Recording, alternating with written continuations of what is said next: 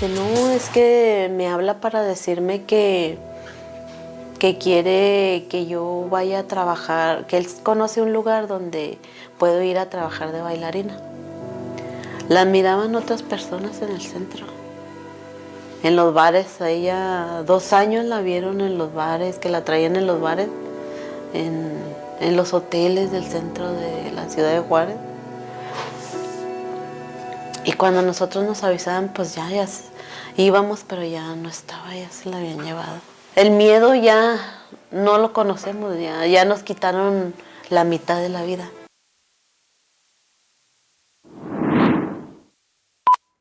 Porque son las niñas, porque son las mujeres jóvenes, las adultas, las mujeres también mayores que estamos enfrentando violencia. Es constante. Esto es algo que no se ha detenido en nuestro país.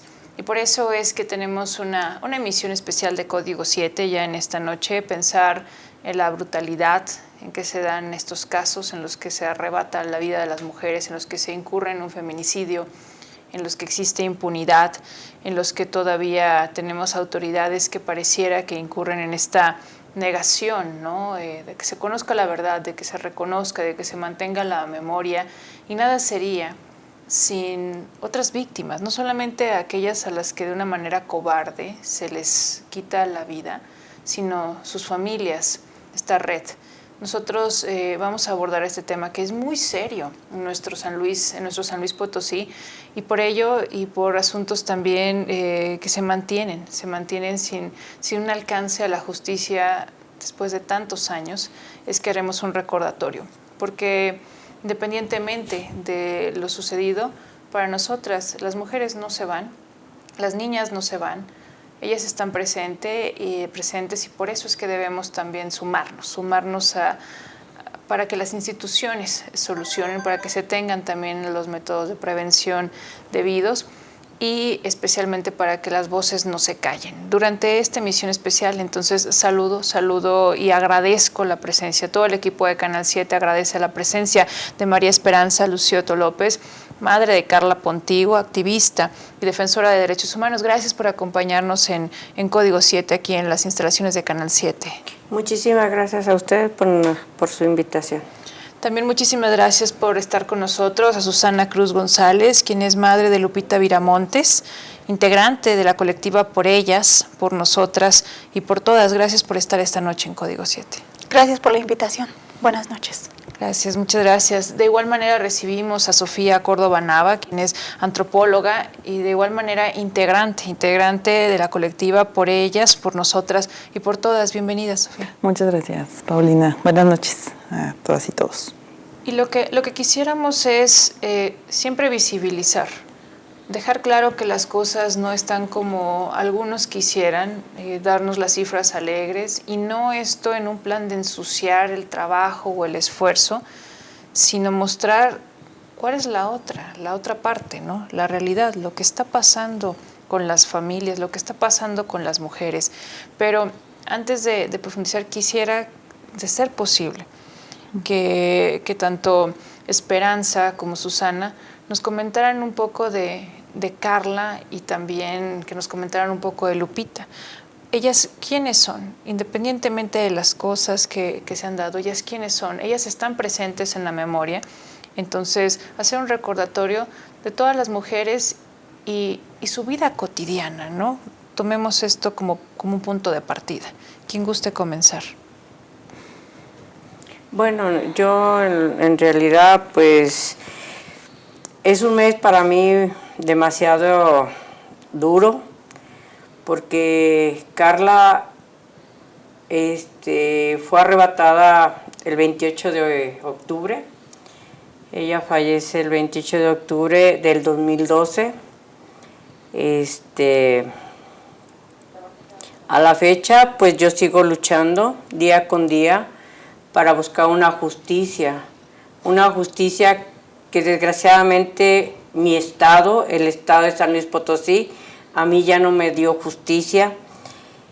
Les puedo decir, pues Carla trabajaba en el Antroplay en el 2012, ella estudiaba en la universidad ella pues tanto trabajaba y estudiaba para pues más que nada pues pagar un poco más sus estudios. Fue desde hace 12 años yo buscando pues la justicia, que no me ha sido nada sencillo porque ha sido años, días tras día buscando esa justicia. Carla tiene ahora sí que es el segundo caso que sale de la Suprema Corte de Justicia de la Nación, como bien todos lo saben.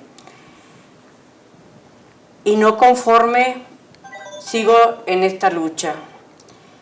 También hace 2 años, que también es el primer caso que se lo lleva a la Fiscalía General de la República, y también pues en eso estamos, en esa lucha que ha sido incansable y que pues desde hace 12 años, no crean, no es fácil.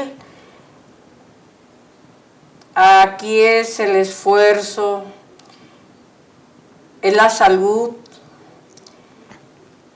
nos pega en todos los ámbitos, y más que nada en esto yo les puedo decir, ya no tenemos esa fuerza como al principio, se nos van agotando, porque no es fácil la lucha, no es fácil que a nosotros nos digan, se tienen que cansar, claro que no, porque nuestras hijas no se lo merecían, y ninguna mujer se lo merece.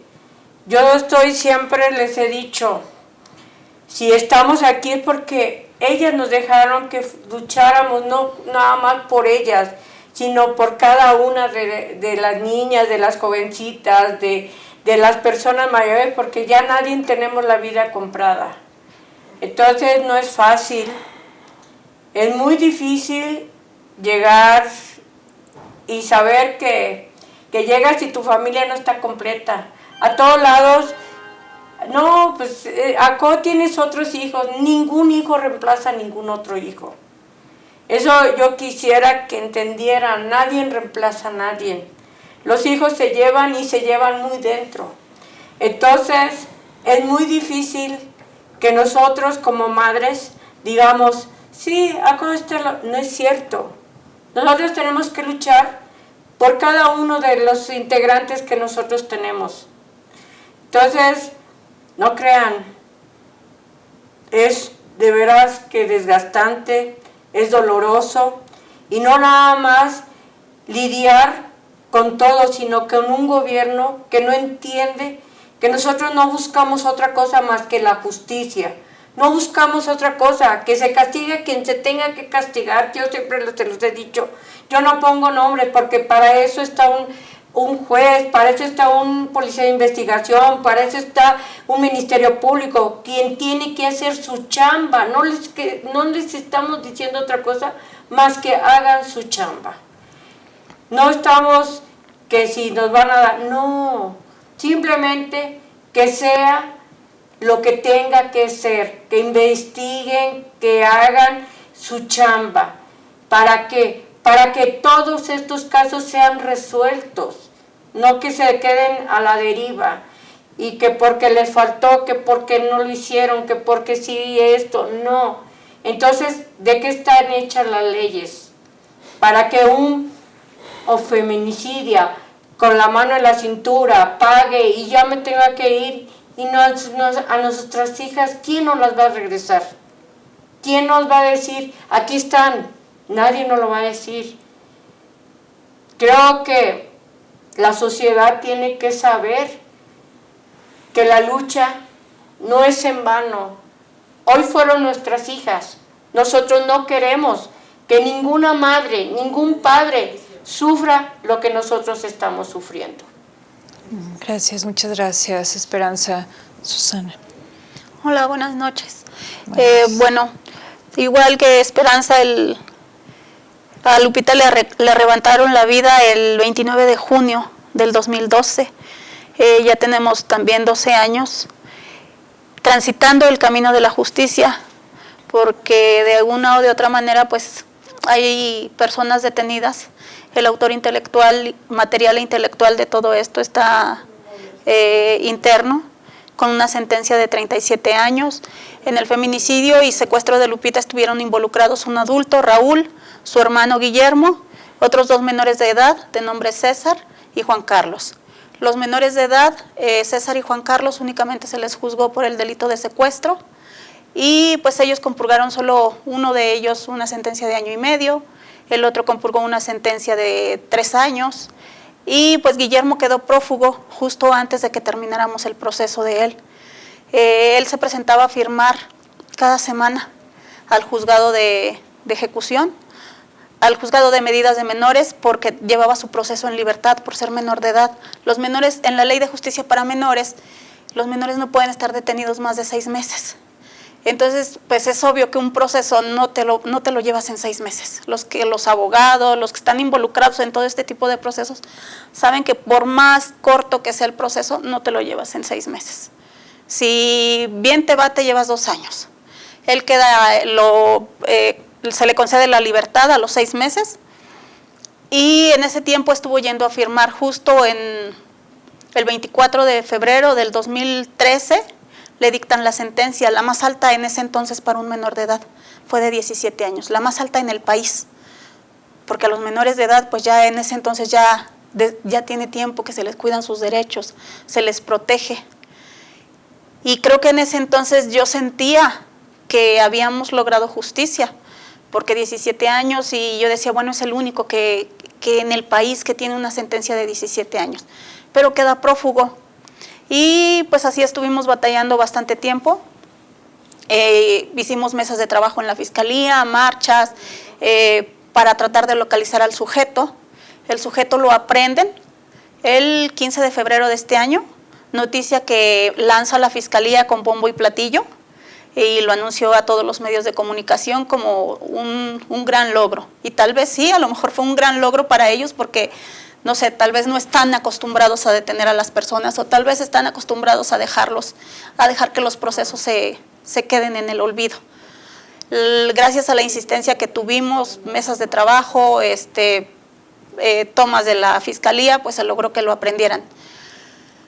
Cuando lo aprenden, pues de vuelta se reabre la carpeta, y justo en el mes de marzo, yo creo que apenas se iba a completar un mes él en internamiento, porque él ya no es un adulto, pero se le sigue considerando menor de edad, porque cuando cometió el delito, pues tenía la edad de menores. Entonces, él sigue conservando sus derechos de menor de edad. Y nos informan en el mes de marzo que estaba solicitando un cambio de medida. Y entre esos, pues la nueva ley de justicia para menores del 2018, él se apega a esa nueva ley, y en la retroactividad pues solicita un cambio de medida, el cual el juez le concede, y se la reducen a 3 años la sentencia.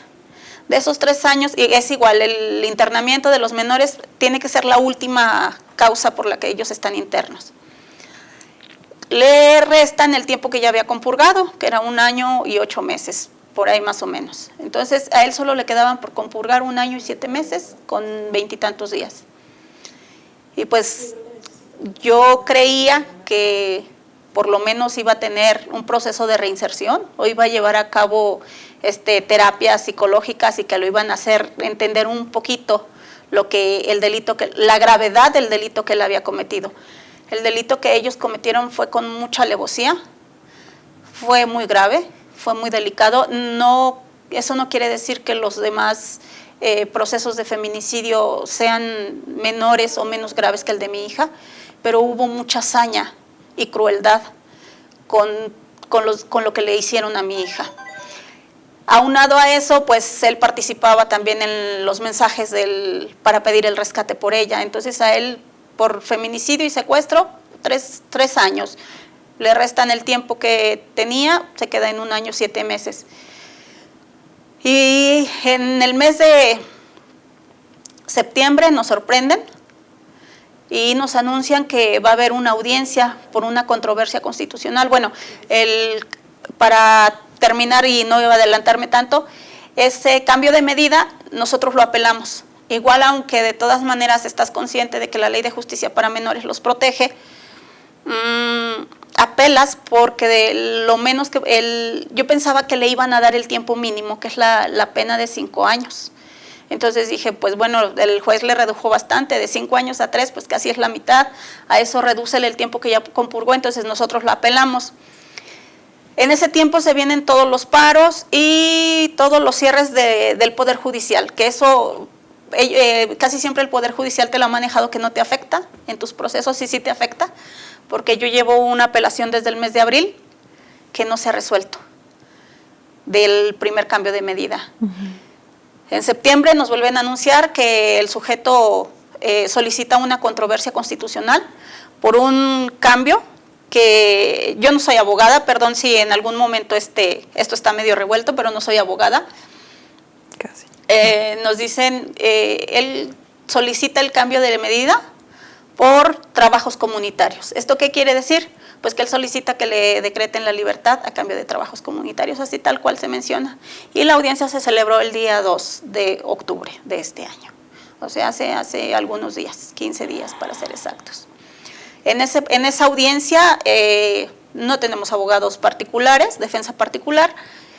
¿Quién nos representa? Nos representa la Comisión Ejecutiva de Atención a Víctimas, la fiscal, la MP que está a cargo de la Fiscalía, que tienen asignada ahí en el juzgado de ejecución, y nosotras mismas. ¿Quiénes somos nosotras? Pues bueno, mi hija Frida Sofía y yo, que siempre acudimos a las audiencias y que desde el principio de que empezó el proceso de Lupita, pues así ha sido. Ella era una niña chiquita de 11 años cuando esto sucede, y por el mismo estado de shock en el que ella se encontraba, pues no había quien la quisiera cuidar, no había quien quisiera acompañarla. Entonces lo que hacía yo era agarrarla, ponerle su mochila, su lonche, y me la llevaba a los juzgados a seguir las audiencias. En todas y cada una de las audiencias pues hemos estado, igual en la del día 2 de octubre, se llevan a cabo los alegatos en el que solicitamos al juez de tomar en consideración, 1, el informe psicológico del plan individualizado que presentan del sujeto, porque ella no es menor de edad, del sujeto, donde dice que es una persona agresiva, donde dice que tiene tendencia a requerir apreciación de los demás para poderse sentir bien, donde dice que desconoce la figura femenina y que es una persona que agrede a las mujeres. En base a eso solicitamos que se tomara en consideración, la fiscal solicita que se tome en consideración el pago de la reparación del daño, el cual tampoco está hecho. Él en ese momento, la Secretaría de Acuerdos les presenta tanto a la fiscal como a la representación social de la SEAP el pago de la reparación del daño por 3,000 pesos. ¿Qué esto quiere decir? Que pues él al inicio, cuando queda en detención, se comprometió a depositar 200 pesos semanales, y que era la cantidad que cubría desde que lo internan, queda en internamiento, hasta el día de la audiencia. Entonces únicamente cubrió lo que necesitaba para poder salir en libertad. Y en un momento vamos a continuar abordando estos temas, también con la postura de Sofía Córdoba, en el sentido del acompañamiento a las familias, de cómo son muchas las personas que aquí, como hemos escuchado estos casos, pues inician solas, y las instituciones pues no siempre cumplen su papel. Aquí tenemos también algunos ejemplos que quedan claros. ¿Y qué sería sin la sociedad civil? ¿Qué sería sin aquellos que están inmersos en el activismo? Y que no solamente eso, sino empiezan a tejer estas redes de apoyo y estudian, y entonces enarbolan esta lucha en conjunto. Nosotros le invitamos a que permanezca en Código 7. Haremos una pausa. No le cambie.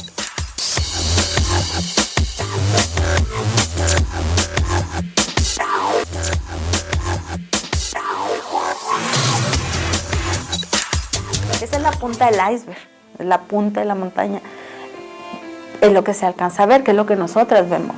Pero todo lo que está oculto, lo que no sabemos, las que no denuncian, las que no dicen nada, son muchísimas. Un chavo de 25 años, porque ya está en prisión también, ya tuvo una sentencia, quien dice, pues la mato, la encobijo y la tiro, que al cabo no pasa nada. Y es justo evitar esto, estar combatiéndolo por a las que les arrebataron la vida, pero que siempre van a estar presentes para sus familias y que también para la sociedad así están. Estar evitando que esto sea algo que continúe en nuestro México y que por ello hemos visto tantas movilizaciones, hemos visto tantos actos también simbólicos, el estar garantizando que exista un memorial, pero siempre pensando en algo que sea la no repetición, que ya esto cese. Sofía Córdoba, coméntanos un poco del papel de la sociedad civil, de las colectivas, de quienes están inmersos en el activismo y de cómo estas causas pues, han significado tomarse de las manos entre muchas familias y entre mismas mujeres. Bueno, pues primero gracias a Susana y Esperanza también por dejarme estar acá, ¿no? Y bueno, también precisamente porque es un tema que tiene no solamente una cuestión compleja, sino que es sensible, ¿no? Y creo que también desde ahí es importante el abordaje de la pregunta de qué hacemos como sociedad ante algo tan fuerte, ¿no? Y pienso que en principio es, pues, no normalizarlo, ¿no? Y una de las cosas también que ha sido como parte de ese proceso es asumir que un feminicidio y que los feminicidios son resultado de la violencia feminicida y que esa violencia feminicida tiene que ver con toda la sociedad, ¿no? Y el impacto y los efectos que tienen, que nos han compartido las mamás de las víctimas, pues son atroces, ¿no? Y son con un impacto y un daño, pues bueno, no sé, ni siquiera sabría, ¿no?, cómo yo poder nombrar algo así. Pero creo que también es importante visualizar que vivimos en un lugar donde precisamente los feminicidios ocurren pues de manera situada, ¿no?, en un contexto particular, en donde suceden cosas en particular que necesitamos también conocer y que la obligación del Estado es garantizar no solamente que no sucedan, o sea, prevenir la violencia feminicida y prevenir los feminicidios, sino también garantizar el acceso a la justicia, a la verdad y a la memoria y a la reparación integral, ¿no? Entonces, creo que el papel de la sociedad civil es fundamental porque una de las cosas que también hemos ido, pues sobre la marcha, de manera conjunta aprendiendo, ¿no? Es como ese acompañar se torna complejo, pero también darnos cuenta que pues las familias empiezan luchando solas, ¿no? Y muchas familias siguen en esa lucha, en una soledad que no tendría que ser de esa manera. Es solo pensar, llevan 12 años, en ambos casos son 12 años, ¿no? Y la pregunta es, ¿qué ha pasado en todo ese tiempo? ¿Por qué tendría que haber una lucha de 12 años por algo que es una obligación de atender de manera inmediata?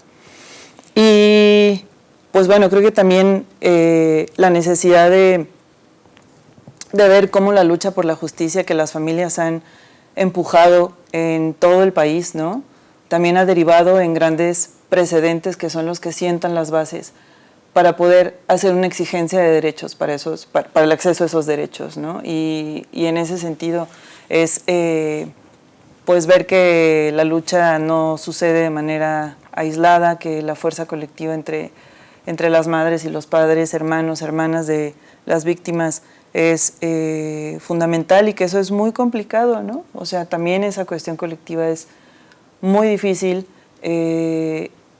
y pues bueno, hemos notado también que la sociedad tenemos como una cosa de normalización de la violencia que cuesta también como trabajo incluso pensar qué hacer, ¿no? Pero pues la acción colectiva es fundamental, o sea, el poder decir, primero poner la pregunta qué hay que hacer, ¿no? Pero la otra es que hay un proceso de exigencia de derechos y ese proceso de exigencia de derechos pues no sucede como porque se tenga ganas de hacerlo, ¿no? En realidad es resultado de la impunidad. Entonces, ante esa impunidad, la incidencia política que hace la colectividad pues es fundamental, ¿no? desde el proceso de acompañamiento en la colectiva con mis compañeras, porque no soy la única que estamos también pues buscando maneras de acompañar, pues nos preguntamos justo eso, ¿no? O sea, la ruta jurídica es fundamental, es súper importante y se necesitan abogadas especializadas, ¿no? Se necesita que se pueda hacer la incorporación de la perspectiva de género en ese acompañamiento, justo para decir a las fiscalías, pues estás investigando y tienes que investigar con perspectiva de género, y esto se hace de una manera particular, ¿no? No se está investigando un homicidio de por medio de razones de género, y para poder demostrar esas razones de género se necesita personas especializadas. Y entonces el acompañamiento también por parte de las compañeras que son abogadas, que tienen perspectiva de género, es súper importante, ¿no? Pero también es igual de importante el acompañamiento que se puede hacer desde otros lugares, ¿no? Como a lo mejor las mujeres que no somos abogadas, que estamos, pues es acompañar, ¿no? O sea, desde la escucha, pero también decir, bueno, pues se toca incidir, ¿no? O sea, toca hacer un proceso también de incidencia política para que existan las condiciones institucionales, ¿no? Porque es una cadenita, o sea, es pensar que hay autoridades responsables de garantizar los derechos de las víctimas, que en este caso es la CEAB, y que tienen que otorgar servicios de calidad, tienen que poner al centro las necesidades de las víctimas, y ahí hay grandes deudas, ¿no? Y hay una necesidad de fortalecer a la CEAB, que lo han vivido o lo hemos visto también. Por otra parte, es el trabajo que hace la Fiscalía en términos de investigación, que si bien existe una Fiscalía especializada, que también creo que ha sido resultado del proceso de lucha de las mamás y de las familias, ¿no? Y que no han quitado el dedo del renglón, porque lo que se ha puesto al centro es justo que esto no se vuelva a repetir, ¿no?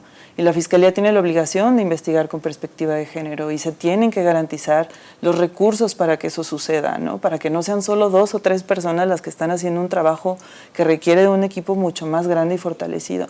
Y por otra parte, el Poder Judicial. Y si una de esas autoridades falla, es muy posible que fallen todas. Exacto. Entonces, es ver cómo también desde la sociedad ponemos eso como algo que tienen que garantizar. No es un capricho, ni es un gusto personal de las mujeres que le digamos al Estado, al gobierno, haz tu trabajo, porque es una obligación, y creo que eso es importante comprenderlo, ¿no?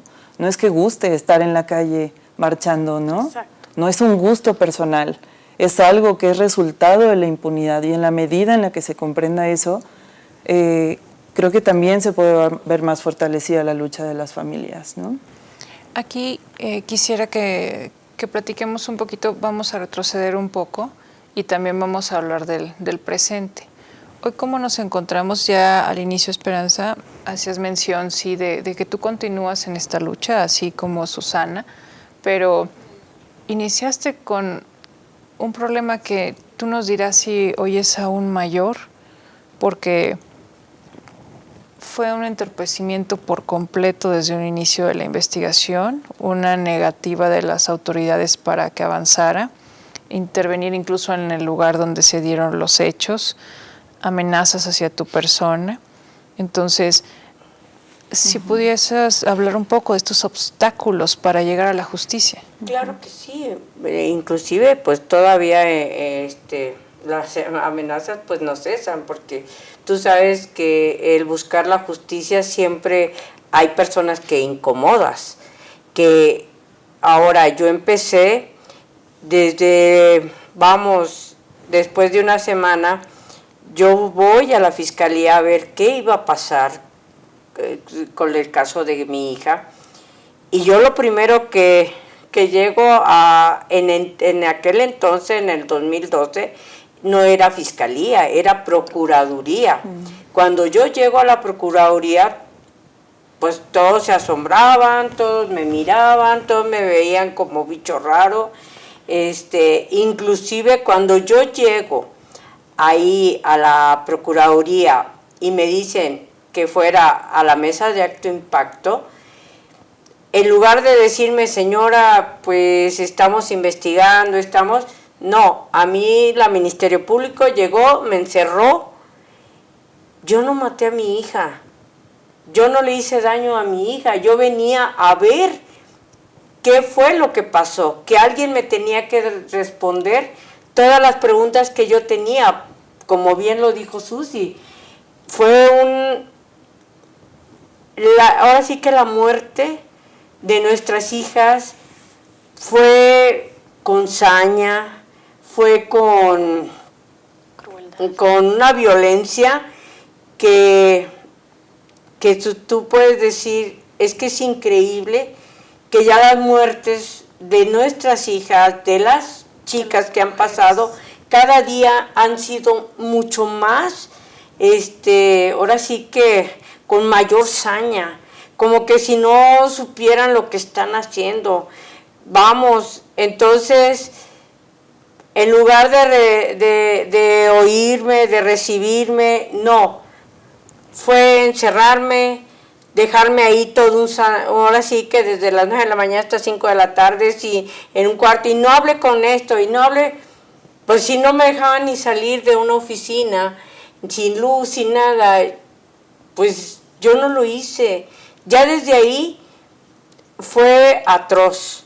Después de ahí, cada que iba a la Procuraduría era el problema. No había quien me dijera qué estaba pasando, ni quién a qué estaban investigando. No sabía, hasta llegar al grado de no prestarme ni el expediente. Yo, para ver el expediente, tuve que meter un amparo para poder ver yo mi expediente y tener que verlo con otros abogados. Yo en ese entonces perdí trabajo, perdí, pues todo. Un hijo que estaba chiquito de 10 años, el mayor que acababa de ver lo de su hermana porque él fue el que la encontró. No sabíamos qué estaba pasando con nuestra vida, porque era cuando llegaban las amenazas, cuando llegaban a la casa de nosotros a buscarnos, gente que ni siquiera conocíamos, gente que quería entrar a mi casa, infinidad de cosas, y nadie nos daba una respuesta. De todo eso yo fui, levanté demandas de todo lo que nos estaba pasando. Hasta la fecha, el Estado de San Luis nunca me ha dicho quiénes querían meterse, quién nos quería hacer daño. Yo estoy viva de milagro. Yo siempre se los he dicho, yo estoy viva de milagro. A raíz de todo esto que yo estuve pasando, a mí el mecanismo de protección federal a mí me da medidas, porque el Estado de San Luis a mí no me da medidas. A mí no me dice, no, usted está pasando pues estos acontecimientos, ya su vida está en peligro. Era la obligación del Estado ver que a mí y a mi familia no le pasara nada, y no hicieron eso. Entonces, gracias al mecanismo de protección, yo tengo ahora sí que una medida. Después de ahí, pues empezamos la lucha. A mí, cada que yo iba ahora sí que a la Procuraduría, nunca podía ver expedientes, no me dejaban ver nada, ahora sí que, entonces yo tuve que salir del Estado de San Luis, porque San Luis a mí no me daba en absoluto nada, ni ver expedientes, ni nadie. La SEAP nunca se apareció conmigo, derechos humanos, nadie. Entonces yo salgo del Estado de San Luis buscando a ver dónde yo podía buscar esa justicia, que yo realmente era una justicia para mi hija, no para nadie más. Y porque en San Luis Potosí, como lo has dicho, Esperanza, te topaste con una serie de cómplices. Eso fue realmente lo que pasó. Eso yo lo digo a título personal, pero creo que es algo notorio para todas y para ustedes que están del otro lado de la pantalla. Haremos una pausa, será solamente un instante. Le invitamos a que sigan la señal de Canal 7 en Código.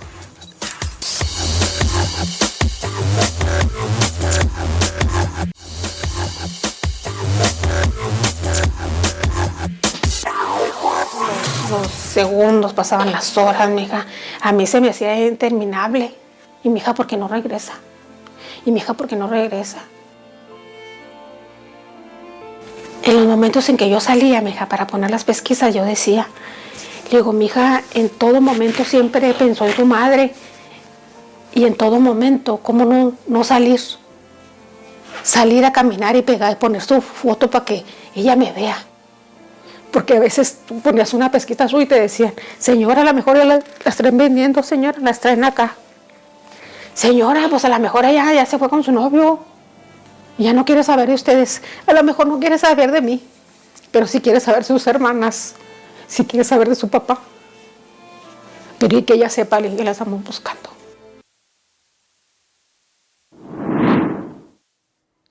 Tenemos más en Código 7 y agradecemos que nos acompañen y sobre todo la voz que está fuerte, es contundente, de María Esperanza, de Susana, de Sofía. Ellas siempre con un mensaje por lo que estamos viviendo en nuestro México. Hemos escuchado un poco de estos relatos de, son 12 años de injusticia, son 12 años de impunidad o de parcial, lo que ha sido parcial, aplicación de justicia en algunos casos. Pero Susana, quisiera que por favor nos comentes un poco acerca de la necesidad, o existe la necesidad de que haya un cambio, que haya una reforma en la manera en que se juzga a los menores. Yo creo que es urgente la necesidad de una reforma a la Ley Nacional de Justicia para Menores, porque justo hace algunos días me decían, es que no hay menores en internamiento, no sucede lo que está sucediendo con usted. No sucede justo por eso, porque les están otorgando beneficios, porque a final de cuentas el delito sigue creciendo. O sea, el que no suceda no quiere decir que no exista. Más bien tienen bastantes beneficios. ¿Y qué es lo que está pasando? Pues no hay menores en internamiento, porque la ley dice que no debe de haber menores en internamiento si cometen algún delito. Solo hay 3 tipos de delito que merecen internamiento y con una penalidad mínima, que como te menciono son 5 años. Y entre esos está el feminicidio. No recuerdo los otros 2, pero urge una reforma a la Ley Nacional de Justicia para Menores. Urge que los senadores, los diputados, los congresos se pongan las pilas, que hagan algo de verdad por lo que está sucediendo en el país, porque no solo me está sucediendo a mí, está sucediendo en el país, está sucediendo con otro tipo de delitos. En este aspecto yo quisiera solo ahondar un poco de la parte de ciertos factores. Mencionabas que Guillermo, bueno, él estuvo prófugo, fueron alrededor de 10 años. 10 años. Y eso representa, digo, porque para todos lo haría, pero para las autoridades no representa un aumento, una pena, pues considerando que en estos, o en una parte de esos 10 años ya era mayor de edad. No, yo también pensaba lo mismo. Yo pensaba, igual repito, no soy abogada, pero yo pensaba que él iba a regresar a compurgar su sentencia de 17 años. Cuando lo reaprenden, cuando lo encuentra la fiscalía, lo primero que hace en la fiscalía es informarme y justo hacerme consciente de que tal vez no iba a compurgar tanto tiempo. Pero yo considero que ellos ya conocían el tipo de camino que él iba a seguir o que cualquier abogado que lo defendiera iba a seguir. Solo me estaban preparando para este camino. Pero al final de cuentas nunca esperas que un juez te cite un día para una audiencia y al día siguiente lo deje en libertad. Y no le haga ninguna mención de que no se puede acercar, de que no te puede dañar, seguir dañando más de lo que ya te dañó, porque obvio el daño es grave, y de que no le pidan nada, porque no le pidieron nada para dejarlo en libertad. Entonces yo creo que eso es inaudito. Sí no sucede en el país porque ¿quién va a juzgar a un menor de edad por un feminicidio? Y aquí quisiera también, faltan un par de minutos para irnos a la pausa, pero sí quisiera también que Sofía nos comente un poco de la incidencia, ¿no? De estos temas en los cuales, bueno, se ha derribado o ha procurado ir derribando algunas barreras. Ahorita ya mencionabas, dabas como un antecedente incluso la Fiscalía, la resistencia que llegaron a tener las autoridades.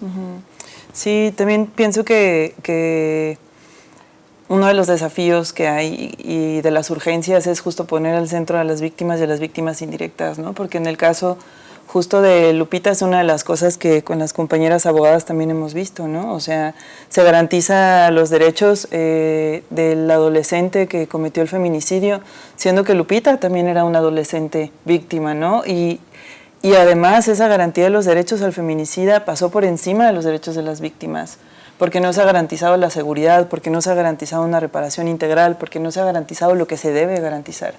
Y entonces ante eso también está la pregunta de qué tipo de modificaciones se requiere, tanto en términos normativos y legislativos, pero también de aplicación de la norma por parte de quienes operan la justicia, ¿no?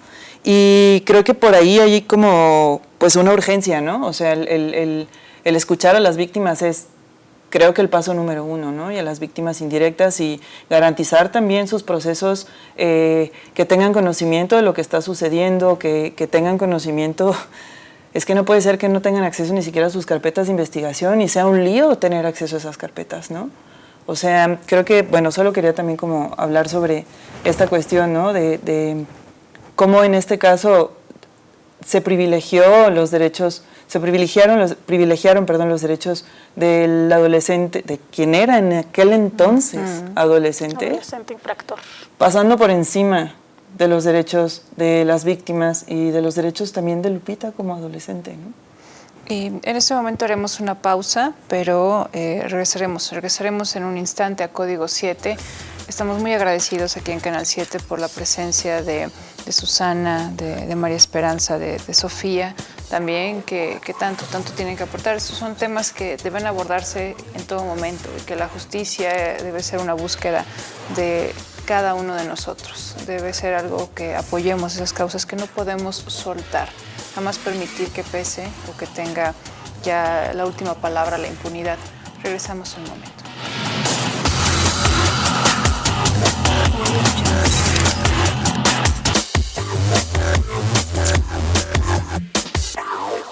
Desde el momento en que supimos que iba a haber un confinamiento, ¿no? Desde principios del 2020 en que empieza a escucharse todo esto, sabíamos que el tema de violencia familiar y sexual iba a ser muy complejo, porque sabíamos que el lugar en donde iban a estar confinadas las mujeres era en el mismo lugar en donde estaban viviendo la violencia.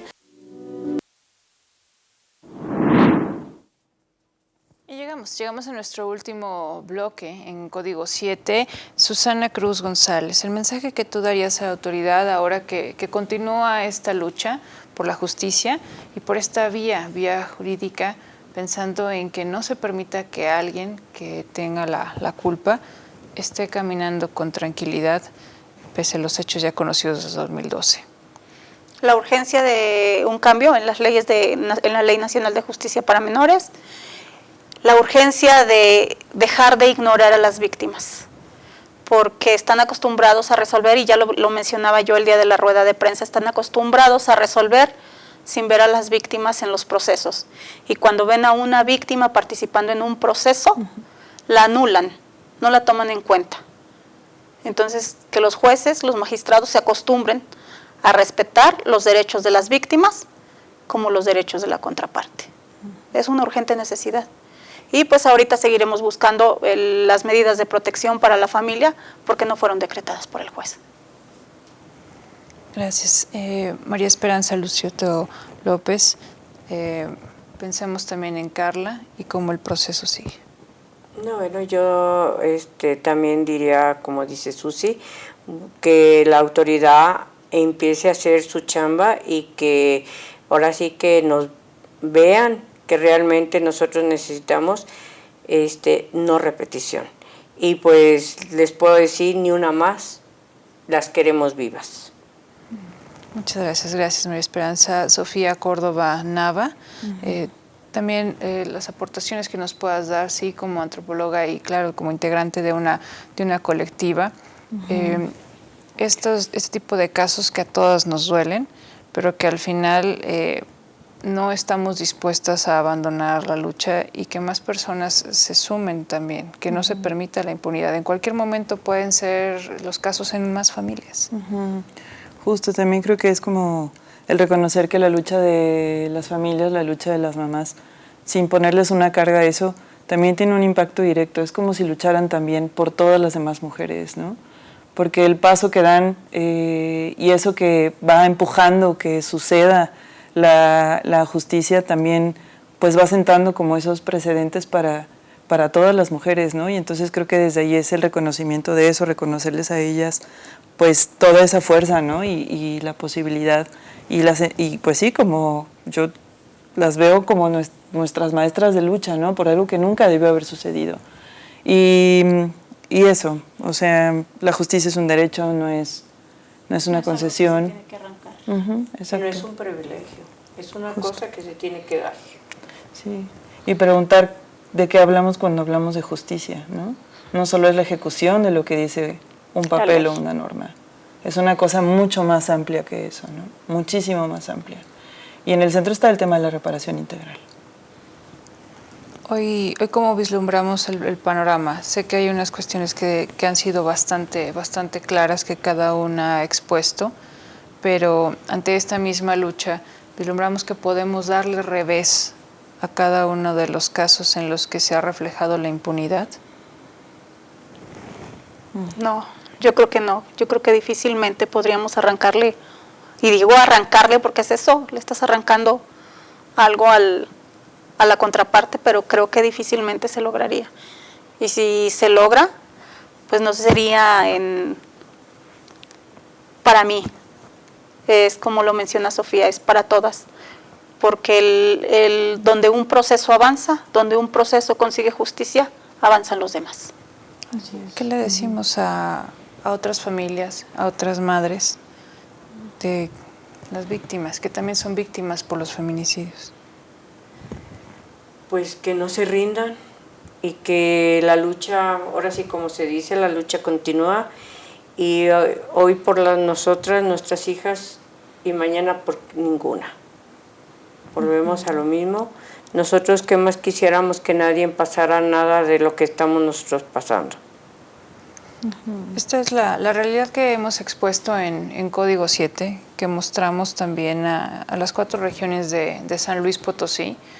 Son temas muy delicados. Hemos, por supuesto, abierto completamente el foro para madres de las víctimas, y el tiempo ni siquiera ha sido el suficiente. Esta hora se nos ha quedado muy corta por todo lo que ha representado 12 años de lucha, pero que así como al inicio nos mencionaron que también hay cansancio, que se pierden los trabajos, que hay personas que no comprenden, que hay insensibilidad, que hay cómplices, que hay una serie de fallas terribles en el sistema, pues hoy están de pie.